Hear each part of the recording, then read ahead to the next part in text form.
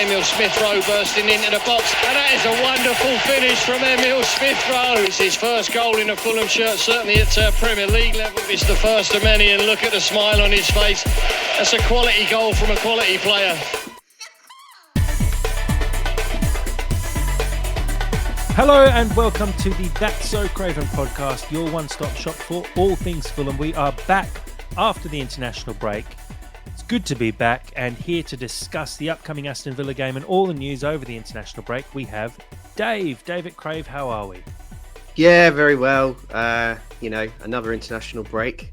So really excited to get back into, the Premier League this weekend. Aston Villa at home. Looking forward to going down to Craven Cottage, and just be interesting to see who's available because there's been, lots going on during this international break and a few little injury concerns. So yeah, looking forward to getting into it.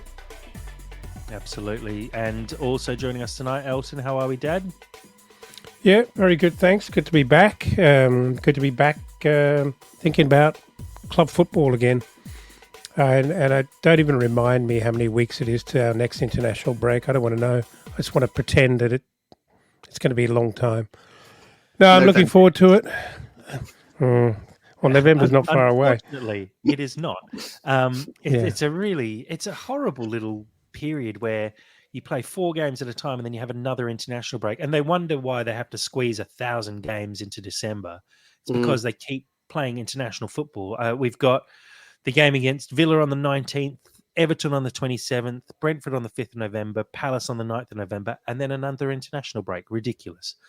And then in December, we play 7 or 8 games in about 5 weeks. It's, absurd. But it's good to be back. Like you said, this international break actually feels like it went a little bit quicker than the last couple, which is kind of nice, I guess. But maybe that's because we came off the back of a really good result against Man City and we're, not sitting in the international break with our brains churning, thinking, geez, what's coming next? How are we going to get past this? How's Marco going to change things for the next game? We ended the last couple of weeks, actually quite positive. So, well, let's slide into it. And before we do, as always, we'll just mention the Discord. Do check out our Twitter profile. You'll find all our links there. You can join the Fulham Discord, a really good place to chat all things Fulham at all times. A little bit easier to decipher than Twitter at times, and having some great people in there like Cottage Tactico, Fulham Fan News, giving loads of inside info, which is always good to see. We really appreciate all the support from our content creators there and also from all the people in the community. So please do join up to the Discord. But guys, Dave, I'll throw it to you. It's been a couple of weeks, obviously, since the Man City game, but how are we feeling now? We've had a bit of time to digest it all and, had an international break to sit back and think over where Fulham are placed so far this season. Well, yeah, the Man City game, I was quite disappointed after that, given the chances that we've had to come away with nothing. And just that horrible record of, what's it now, 17 games on the trot we've lost to them. It's terrible. Even with a great side like Man City, you'd think we'd sneak a draw in somewhere. Actually, now I've settled on it. I feel, positive that, we went there and we competed. We created really good chances. We had a system that appeared to work. And, I'm feeling positive now ahead of the weekend. I think it has been a good start to the season. Obviously, we're in the top half. We've won 3 games. That's been great. And we want that now to continue. I'm just hoping there hasn't been too much disruption over this international break with all various shenanigans that have gone on with the Nigerian guys over in Libya with, reported injuries. Lukic being the obvious concern. But we also know Joachim Andersen pulled out the international break as well before. So that's a little bit of a worry. Hopefully he'll be all right, but you just don't know until we've heard Marco's team talk, which I presume will be tomorrow or Friday. So, yeah, lots of questions. Want to pick up where we left off and, keep this positive start going. Yeah, Dad, Fulham sitting currently 8th in the table. Like I sort of said, it's been a really good start to the season, and coming off that Man City game was just a really nice way to go into an international break. Well, I'm not sure if I entirely agree with you, because everything Dave said there was really um, probably emphasising how we actually started getting a bit of momentum. We actually ended that game whilst we came away from Manchester with no points at all. It was an impressive performance. We did really well, and I think this break has come at a terrible time for us. We just started getting a bit of momentum, and I don't think we needed the break. We needed to keep going. So, with that in mind, and then you go and get, um, you know, the, the Nigerian boys probably sleeping on the floor one night this week. Sasa Lukic having a bit of a rough time. It's not ideal. I mean, obviously everyone else is in the same spot where the you have to sort of take whatever comes your way via an international break. So it's not like we're somehow unfairly dealt with, but it's just not ideal. Just not ideal at all. And fingers crossed, we're in good shape for the weekend.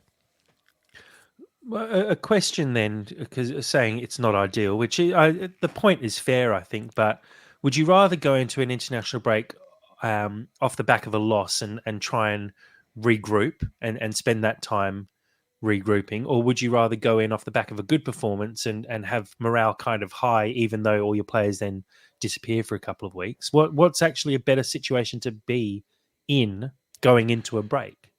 Well, the Man City game is an unusual one because it's Man City and it's that sort of shot at the title. It's a shot of recognition, if you like, and whilst we would normally measure, a result by whether we got points or not, Man City is different, and I think to front up away and actually do a good job and leave them scrambling and wasting time to get the game over the line, I think that the squad comes away with a very, very good feeling. So I think it's a bit different.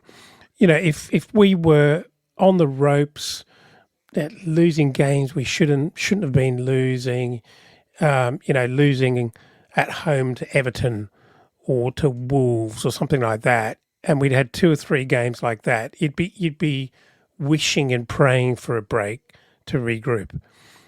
But again, these international breaks are funny things. You haven't got your whole squad together, and quite potentially the key players who you want to re-energize and kind of be part of that rebuilding aren't there at all. So it's a tricky time. It's a tricky time. It's just part of football. It's something you have to put up with. And as Dave sort of mentioned at the start, and I'll throw to you on this, Dave, it's been a tricky little international break for Fulham. Like you said, the Nigerian players in Iwobi and Bassi were kind of held hostage in a sense in a Libyan airport. We lost Lukic through injury. Anderson withdrew beforehand. But on the flip side, there were actually some very good performances from kind of fringe players, if you will, for Fulham. Not saying that Jimenez is a fringe player as such, but Jimenez against the USA with a goal and an assist, a very impressive goal and assist for both of those from a free kick and a really, hard fought assist in that game. You got Harry Wilson scoring 3 goals across a couple of games as well. Like Sander Berger, I think, had more tackles than any other player in their game as well. Like it's actually been an international break full of ups and downs for Fulham. Yeah, there has been some good performances. You're right to point that out. I think the Raul Jimenez and Andreas and Anthony Robinson. I think the only concern is that they've only played a matter of hours ago. They've now got to get back here and will have very little time to prepare for the game. But the performances that they've put in for their international side has been really impressive, and we've seen some. We've woken up to some really great goals this morning from Andreas and Raul, which has been really good. On Raul, I just think I'm starting to notice a real kind of similarity between him and Muniz when, it came to about February last year. Muniz got the shot and started scoring, and very slowly everyone started, getting more and more convinced that he was the man, and he'd come good. And I think we're kind of seeing that with Raul. We're seeing a bit of a renaissance with Raul now, and every game he continues to score goals and perform, it just makes you more and more confident that he's kind of regaining the form of the Raul of old. Pre that horrendous injury he had, where he was one of the top strikers in the league. And it'd be great if he can continue to, develop as he has, and give us a contribution similar to what he did at Wolves in those periods. That would be fantastic, particularly when we know that we've also got a fantastic backup striker on the bench ready to go, pushing him. And I think that's really healthy competition. But you're right. There's been, to your point, I think, really kind of good ups and downs, good performances, but just a little bit concerned that the preparation for this game has been a little bit disjointed, with everyone being away and held up in airports, etc. And a little bit of uncertainty around injuries. Is everyone going to come back match fit? And is Joachim Andersen okay to play? I think that's one for me. I'm a little concerned about, just given the impact he's had since he's come into the side. Yeah, no, I agree with that. And look, let's sort of move on from the international break, if you will, and actually look at the Villa game coming up. I think the question of who starts this game is quite a big one. Like you said, there's been a lot of awkward times over this little international break for Bassi, who sat in a Libyan airport for 24 hours or however long it was, and has kind of been mucked around over the break. Anderson, like you said, pulled out of the international break. So is he fully fit and ready to go? That definitely throws some questions on the back line. And you look at, did Castagna play over the international break? I think he did.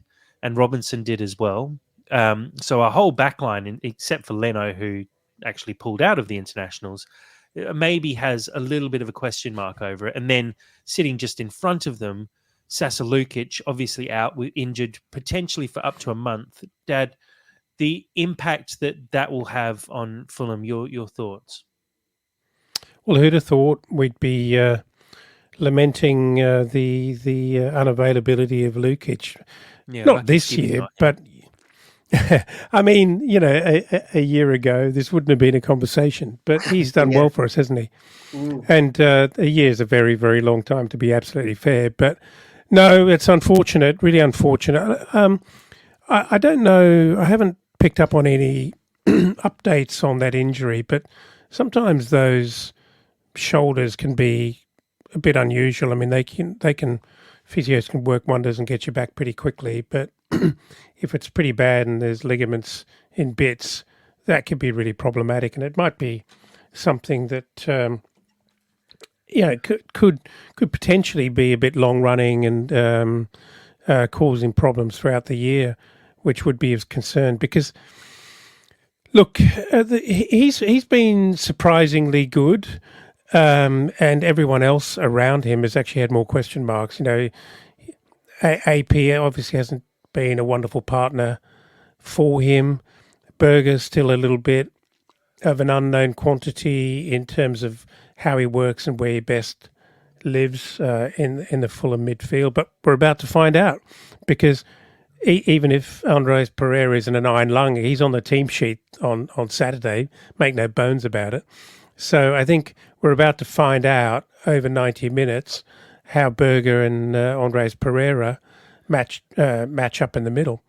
And to be honest, I'm actually looking forward to it, because I've kind of been wanting to see how this really goes. And it's a very tough test for them on Saturday, because, we always get a very robust showing from Villa in the middle of the park. So it's not an easy one for them, but maybe cometh the hour, cometh the partnership.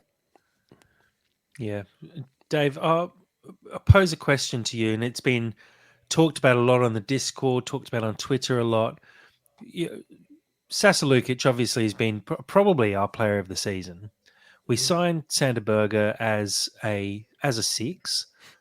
So realistically, it's a pretty simple swap. But there's been a lot of people coming forward with suggestions on how Marco might potentially change things up. There's some suggestions of, Issa Diop playing at CDM, which to me just is baffling. With Harry Wilson in good form, maybe there's the potential for him to slide in somewhere and a bit of a reshuffle and a rejig. Do you think it's a pretty simple one and Berger just comes in and we play in the same way? Or do you think there's the potential for Marco to try something different here?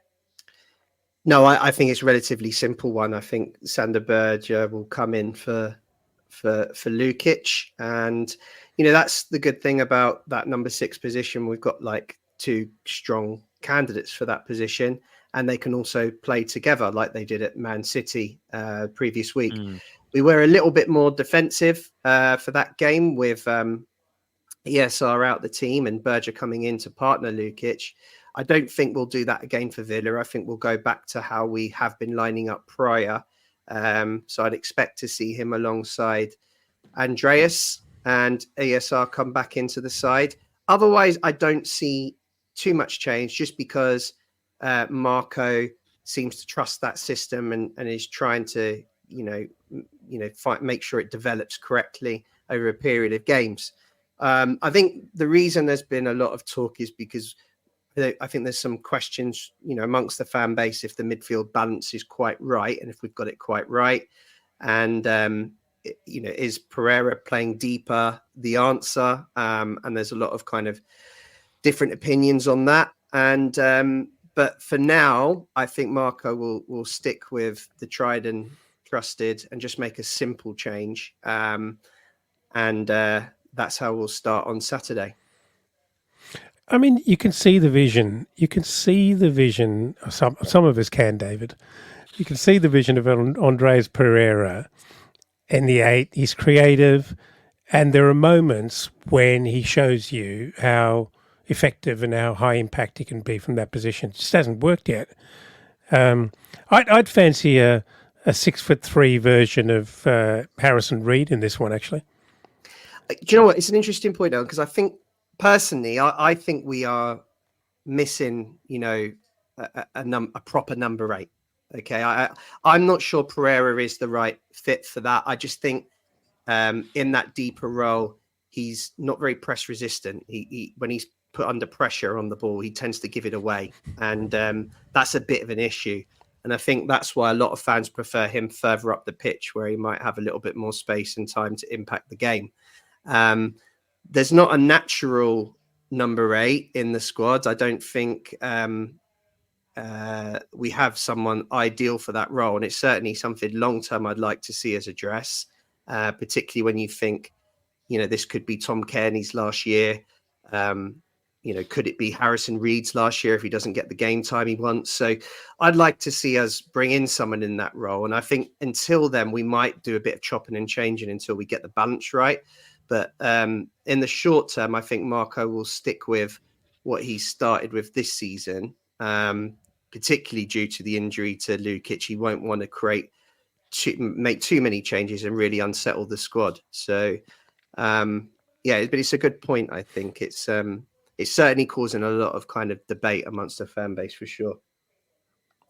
As Jim on our live stream has sort of mentioned, Andreas, their game finished 12 hours ago, so he's got to get back to London from South America. It's going to take him, or let's say he's possibly landing about now.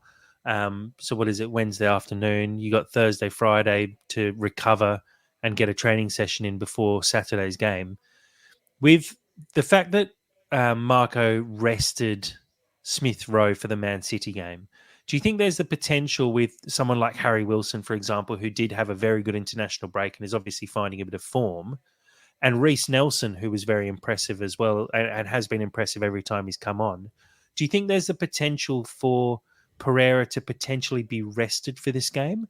And maybe we see something like Iwobi drop into the 8 and Pereira played left wing for Brazil, so could easily play out wide for them, or Smith Rowe slip out wide, Nelson slip out wide. Like, is there any potential for a little bit of chopping and changing to address the international break and the sort of fatigue that comes with that?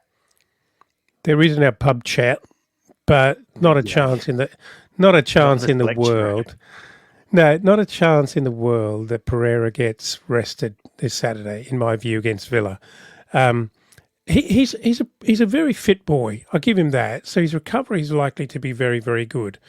I mean, it's not easy doing a long haul flight there and back in a very short period of time with a a big game in between. But he's a bit younger than me, and I reckon he'll be okay. Harry Wilson, I've heard all the chat, and I get it technically that he's doing really well for Wales, but it's not exactly the highest class of opposition that he's doing it against. Interestingly, for Wales, though, Harry Wilson was actually playing centrally, from what I believe, in a sort of 8 or 10 role. So it actually leans more towards potentially Marco giving him a run when you've got players who might not be 100%. I just think that Harry Wilson, I think Marco has obviously always used him as a winger. I think he'll probably be aware that Wales are playing him centrally, and he's doing incredibly well there. He's like their main man now, albeit against lesser opposition. But I think he's quite far down the pecking order in the Fulham team to get a run out in that role, and there'd need to be some injuries. And out wide, he just hasn't taken his opportunities to really force his way back into the side and in the wide position. So I think I'd like to see Harry in the middle given an opportunity, but I just think he's so far down the pecking order, I don't think I'll ever see it. And I think that's the issue. Reece Nelson certainly is knocking on the door, and it's great that we've got these options. But as I say, I just don't, and that's why we all hypothesize about all the things that we could do. But I think we all know Marco, and we know he doesn't like to make too many changes, and hence why we don't really expect there to be many on Saturday. But I mean, seriously, Smith Rowe, he's just not going to get. He's not going to get past any of those guys. And I can't remember when Harry Wilson was used at Fulham. In the 10. It'd need to be a Carabao Cup. He ever has been. A Carabao Cup competition that we're not in for him to, with injuries, by the way, before he'd get a go. I agree. Yeah, no, look, that's fair. I'm more playing devil's advocate to see what options we have, because the kind of nice thing is we can actually have these conversations. I think last season you look at it and go, we don't really have that many options, and actually we end up shoehorning players into positions. And I'd say last season we'd be going, maybe Harry could play centrally, and now we're going, is Harry actually pushing centrally? Because I think he could push for a position out wide and centrally now. It feels like a really good position to be in, where you've got competition throughout the squad. And on top of that, when you've got someone like Lukic, who's been our best player this season, arguably, out injured, the fact that we've got a quality backup to come straight into the team in Sander Berge it just streaks away from where we were a couple of years ago, where you're hoping you don't have injuries or suspensions, because those actually kind of ruin a little part of your season. We've actually been very lucky, to be honest, over the last couple of years with our injuries, not so much with our suspensions with Polina in the team, but in terms of injuries, we haven't had any major ones. And this is probably our first real test since Polina being suspended on the regular, where we actually need to see how Fulham can bounce back after having a couple of players out and maybe a few players not at 100%. Marco just doesn't do last minute, chaotic, sort of almost crazy creative things.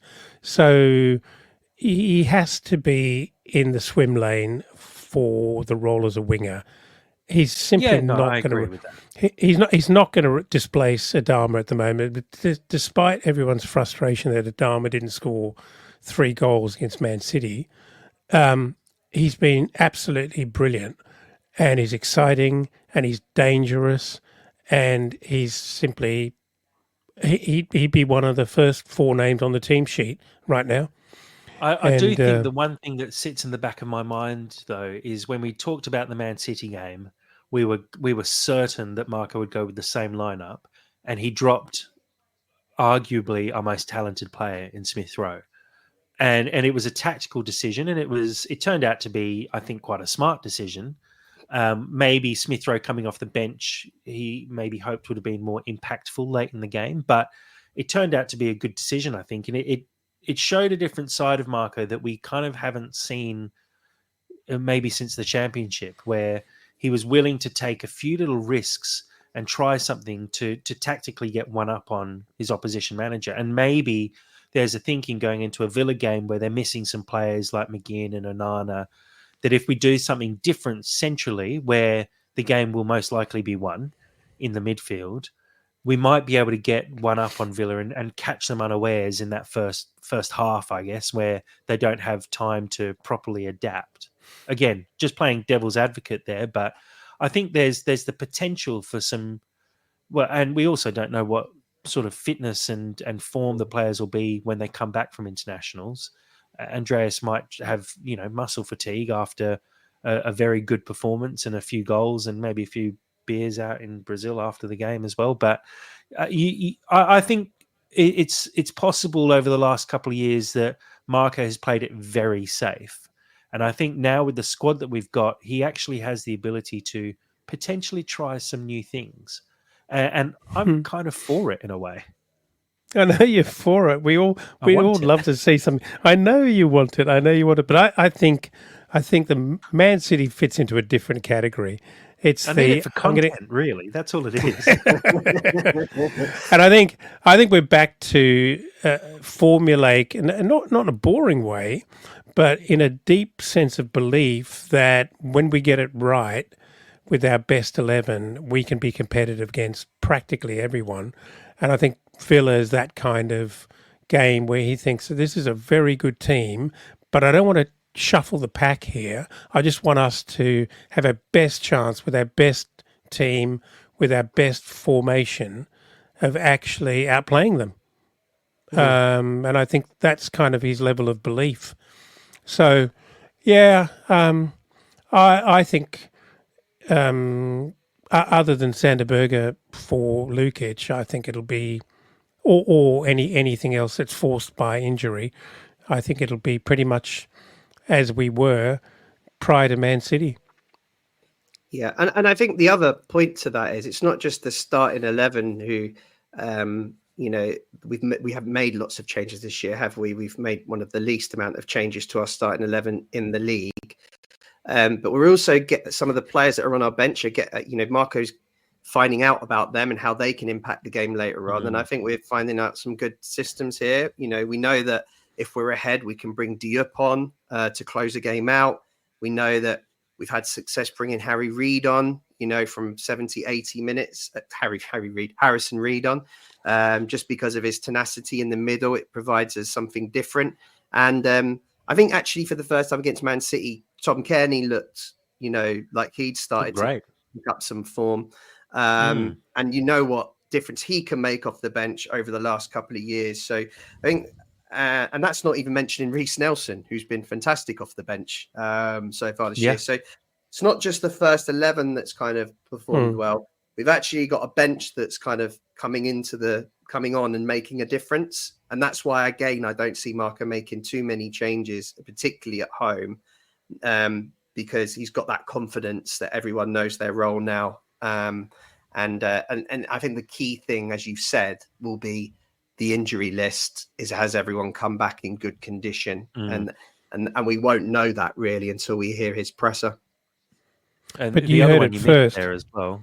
Sorry, the other one you missed there was Muniz as well, who of course, scored his first goal of the season against City. So like you said, I agree. The bench, not just getting minutes, but they're actually looking good when they're coming on and fitting the system and the style of play that Marco wants, where if we need to shut up shop, the players come on and do that job well. If we need to go and attack, the players come on and do that job well. It's all starting to come together, and it does feel like we're maybe 3 or 4 key signings away from having a very good, European pushing squad at that point. Dad, what were you going to say? Sorry. Oh, something puerile. What I was going to say was you heard it first from David Crave. Harry Reid it is. Yeah. Yeah. Harry Reid. One person we didn't mention who I think was very impressive and a bit of an inside scoop from our Discord is Cuenca, who is obviously dropped down the pecking order a bit with Diop coming on as sort of our main substitute and Kenny Tete being the other defender on the bench. Diop, obviously, his physicality is so key to what Marco's looking for when he comes on to just get his body in the way of things and block stuff. But Cuenca is looking, apparently to potentially move back to Spain, hasn't fully settled in London. Dave, disappointing, or do you feel like it's understandable when a player's not getting maybe the minutes they were hoping for, and obviously moving from Spain to London as a fairly young player is a bit of a tough time? Yeah, it was confusing because we started to get links to centre backs the last few weeks, and everyone's been a bit thinking, well, that's one area where we've got lots of depth. Why would we be looking in that department? Almost ignoring these links that came out. But yeah, we've seen on the Discord chat, there's a rumor that Cuenca's not settled. We don't know why. Is it lack of minutes? Is it, the move to a new country? Is it family issues? Who knows? But that starts to then, when you put two and two together with these centre back links that we're hearing, you start to think, well, then maybe there's some substance to that. As I say, I don't know what the reason is. It's disappointing because there's been points where he's looked like a really good replacement for Tim Ream and someone that, a good age that could, develop into a good ball playing centre back for us and really kind of push Bassi. But that if it's not right for him, it's not right for us. And we should come to if that is the case, then we should find a way of, getting him back home and finding a replacement. You mentioned a Discord. There was, and I've just seen someone mention it. Steve Reynolds just mentioned it on the live chat. Barton in the Discord had a fantastic idea, didn't he, for the weekend? Because we all know that Sasa Lukic is on 4 yellow cards and one more gets him a ban, and it would be quite typical for him to come back from injury and pick up that booking straight away and miss up another game. Yeah. The suggestion was perhaps that we put him on the bench, get him to have a go at the ref and pick up a yellow and serve that red card while he's I love it. While he's injured. I love it. It was a fantastic idea. If they're brave enough to do it, I'd be all for it. But it's well, what the real problem would be? He would abuse the ref a little bit too much and get a straight red and get a 3-match ban, and then still have that yellow sitting over his head and get another ban on top of it. There is a potential for Lukic.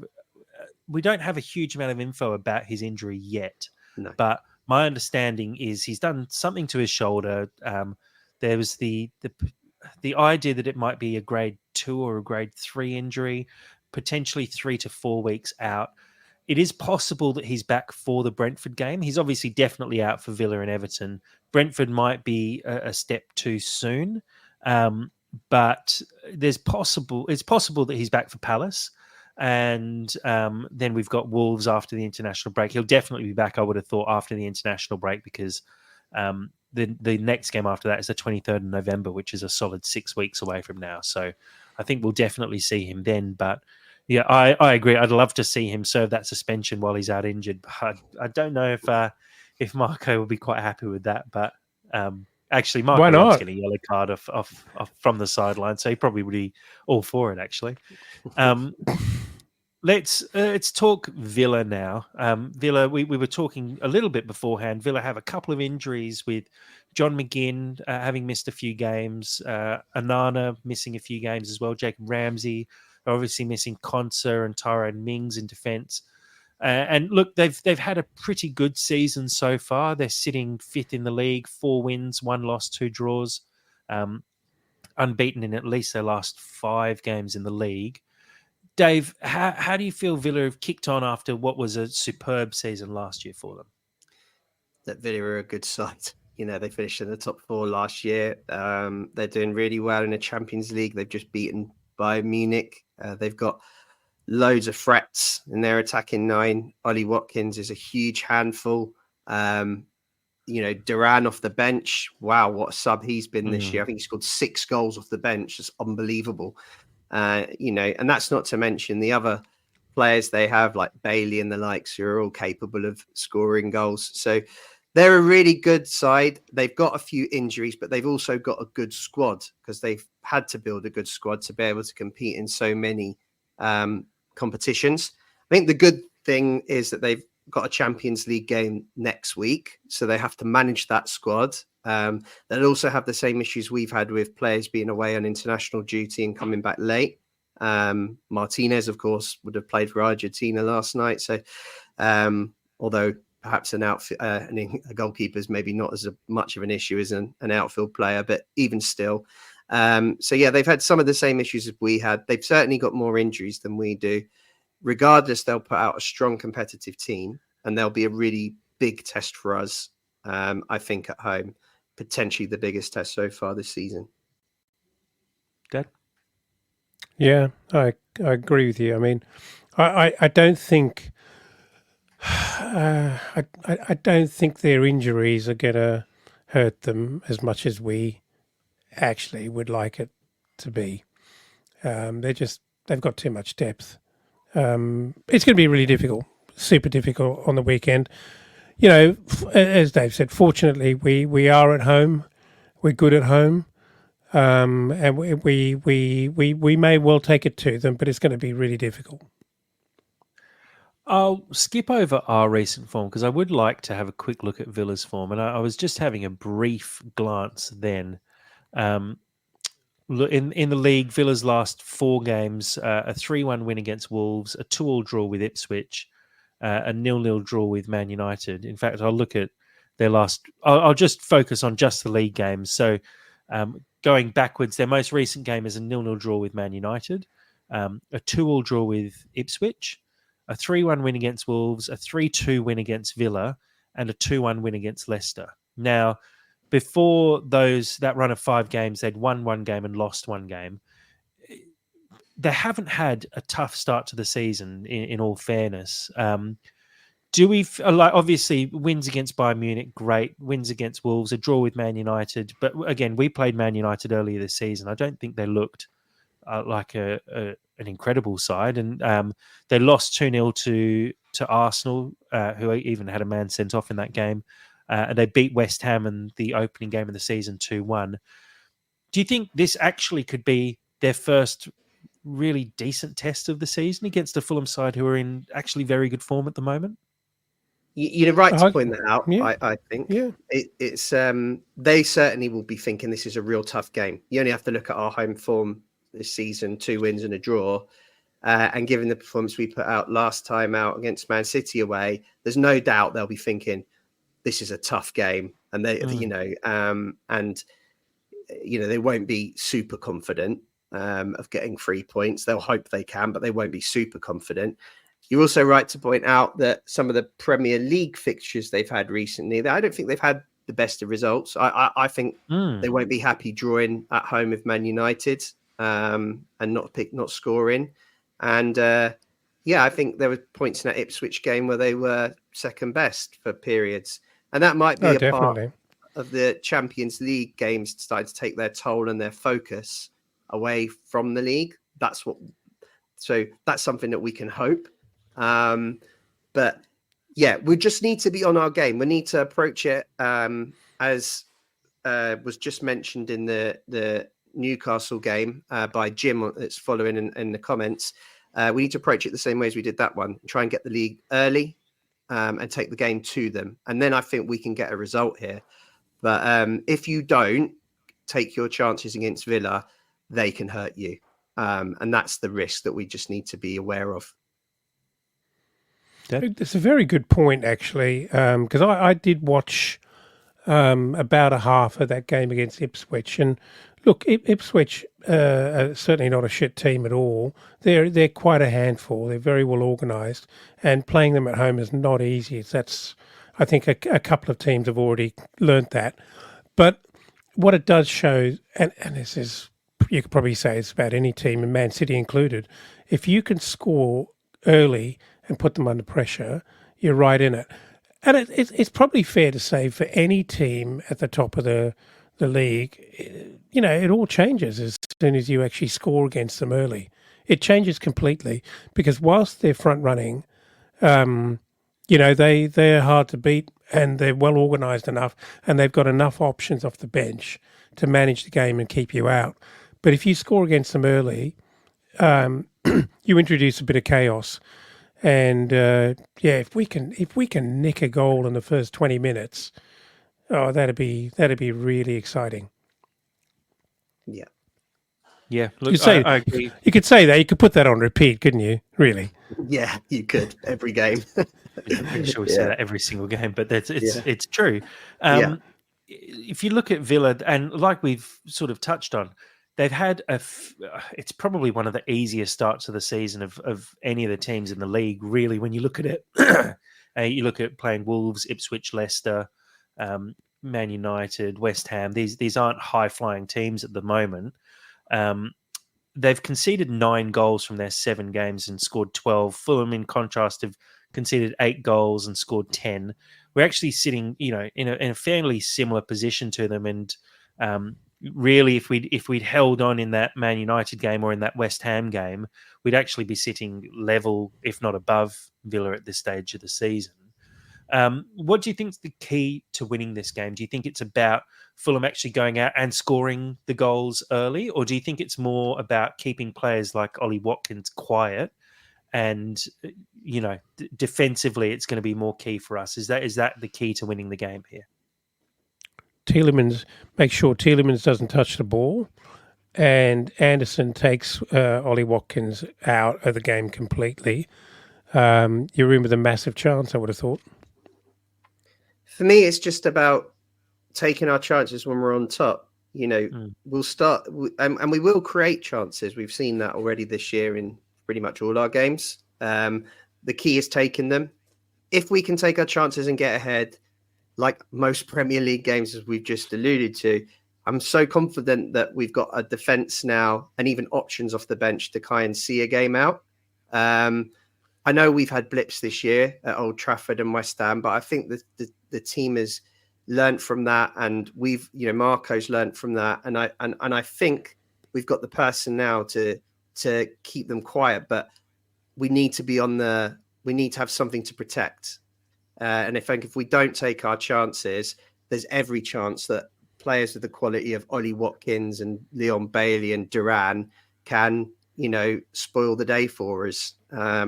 So, we want to get the first goal. We want to be positive. And if we can do that, then I think we've got every chance of winning the game. Yeah, I think taking chances is the key point there. And it was our downfall in the Man City game where we just weren't clinical. And if we'd put away a couple of those chances, I think it would have been a very different result. And I agree, we really need to make sure that we do put those games to bed early doors. If we get those chances, we need to finish them. If we do, and we get a 1, maybe even a 2-goal lead against Villa, I feel like they're a good side, but they're not the same quality as Man City. And we played so well against Man City and kept them out for such a long period of time, and stayed in the game for the whole game. I feel like there's an opportunity here for us to spring a bit of a surprise on Villa almost. Dad, I'll throw to you. Give us your prediction for the game. Oh, I'm going to be optimistic here. I'm going to say 2-1 Fulham. Love it. Dave? I'm going to echo Elton. That's just as I was about to say the exact same thing. I have a feeling we might get a result. I think we might win 2-1. You know what's really shit is I was also going to say 2-1 Fulham. Purely because I feel like there are goals in this one. I don't see it being a 1-0 when you've got players like you mentioned, Watkins, Duran off the bench, Leon Bailey, Tielemans. They've got the quality to score a goal against us, and I think we're going to really struggle to keep them out. But I feel like the way we attack at the moment and the way we move the ball when we're going forward is just beautiful to watch, and we've got goals in us at the moment. If you create that many chances against Man City, you're going to create that many chances against other teams you play against. Hey Jack, one thing I think it's really important to reiterate, and I know you guys mentioned it earlier, you can't underestimate the importance of Raul scoring in the international break. That's very, very good for us. I mean, his form's been good, and he's a real confidence player, and he'll be buzzing and be, when he is really busy and maybe trying some crazy shit on, but really busy and hungry for a goal, he's very dangerous. So that's a very, very good thing for us at the moment. Yeah, no, I agree with that. Before we move on and sort of finish up on Villa, a quick question from Steve on the live stream here on YouTube. We've created nothing from set pieces. Is it time to employ a set piece coach? We have a set piece coach, I'm pretty sure. Yeah, it's difficult. I don't know. I don't know enough about that element of the game. Being totally honest, do clubs with designated set piece coaches have better results? Maybe they do. I just don't. I'm not aware of that.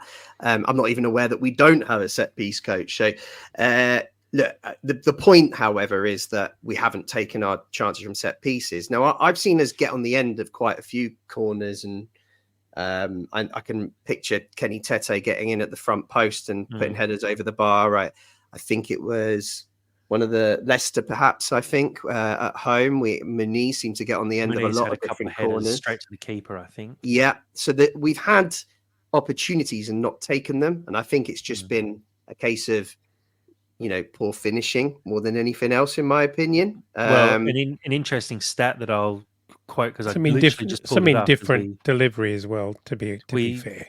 Well, we pulled up the stat from Cottage Tactico, who looked at the Opta analysis of Fulham's corners this season.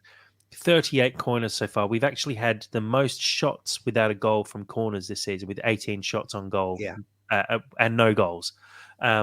38 corners, and like you said there, Dad, there's the potential that because last season we had Willian taking some, we had Pereira taking some, we had Kearney taking some as well. Because it's all on Pereira, we have the highest proportion of outswinging corners in the Premier League this season, because he takes all of those corners from the right-hand side, and it's obviously outswinging from there. And maybe it is the fact that we don't quite mix it up enough with our corners. It's all Pereira putting it into the same sort of areas, and it gets a little bit predictable sometimes. But I agree. I think Pereira does create stuff from set pieces, but it feels like nothing's really coming off yet. It does feel like it could click at any time, but I agree. It's not fully coming off yet, and maybe we need to start trying something a little bit different.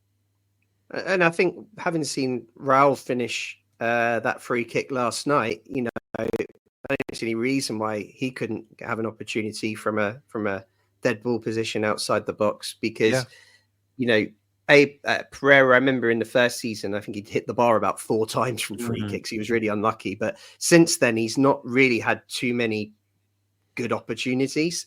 So if there is someone else in our squad who can provide a bit more of a threat and who's on form, makes sense to me to give it a go. Then again, off the back of a bicycle kick for Brazil, you might back Pereira to all of a sudden, and scoring against Man City, like he's in great form at the moment, all of a sudden you'll probably start seeing him putting him top bins. And I wouldn't be surprised if at Motspur Park in every training session, he nails every single free kick.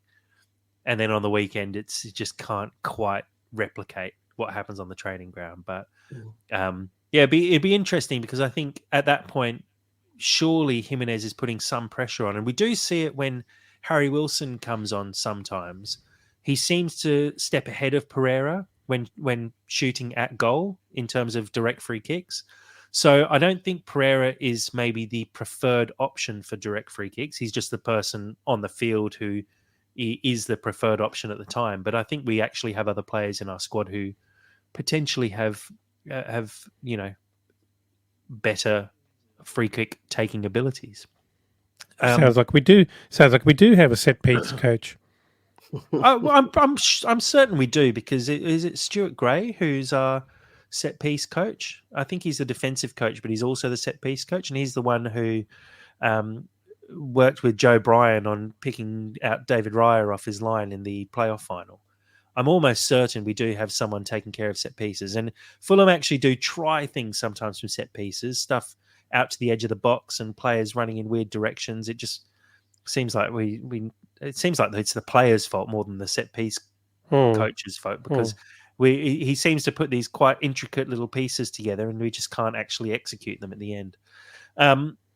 Guys, let's quick look at the table. Fulham sitting in 8th on 11 points. We have a 3-point buffer over West Ham, who are sitting in 12th, just for context.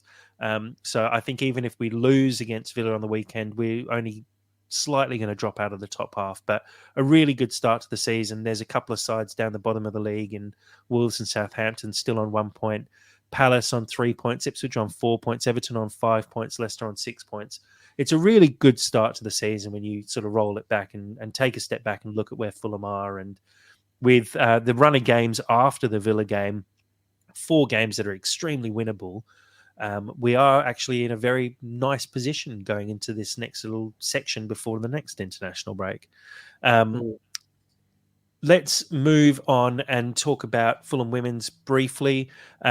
Fulham Women's won in their third round qualifier of the Women's FA Cup, beat Maidenhead United on penalties, 1-1 draw during normal time. Maidenhead United sitting in the league above us, so a really good result. Fulham dominated the game throughout, had far more chances on goal, just weren't able to put anything away. Maddie Parsonson with the goal for Fulham, and a really good win on penalties. And Fulham have been drawn in the first round proper against Chesham United, who are also sitting in the division above us. They're struggling slightly more than Maidenhead, who are sitting sort of high mid-table. Chesham United sitting just above the relegation zone. So it's another game that Fulham will definitely be looking at as a winnable fixture. And I believe in the second round of the FA Cup, we start to see some sides coming in from the Women's Championship. So Fulham putting themselves in a really good position to get one of those sort of glamour ties in the FA Women's Cup, which would be great to see. I think we'd hopefully expect one of those games against a Championship or a Premier League side to be played at Craven Cottage. So potentially another fixture in December for Fulham Women's to look forward to in the FA Women's Cup. I have to shout out before we finish up as well, Steve Reynolds asking how Fantasy League's going, purely because I'm just doing so well this season, sitting on top of the That's So Craven Fantasy League. I will pop an update on our Twitter. I've been trying not to boast about it as much as possible, but it's probably one reason to avoid the Discord, because that's my little safe space to be able to tell everyone how great I am. I did try and have a conversation with my wife, telling her that I was in the top 0.02% globally for fantasy. She just walked out, which is totally fair enough and understandable. But yeah, look, Steve, I'll maybe I'll just talk to you directly offline about it, Steve, because I need to talk to someone about it. It's eating me up inside. Guys, anything else to cover off before we wrap up? We'll obviously be back after the Villa game. It's been, a weird little period not talking about Fulham and having to sit back and wait for this international break to be over. But Dave, how are we feeling going into this Villa game, and anything else you want to cover off on? Yeah, the only thing I wanted to cover off on is the news you'll see on the Fulham website regarding new parking restrictions in and around Craven Cottage.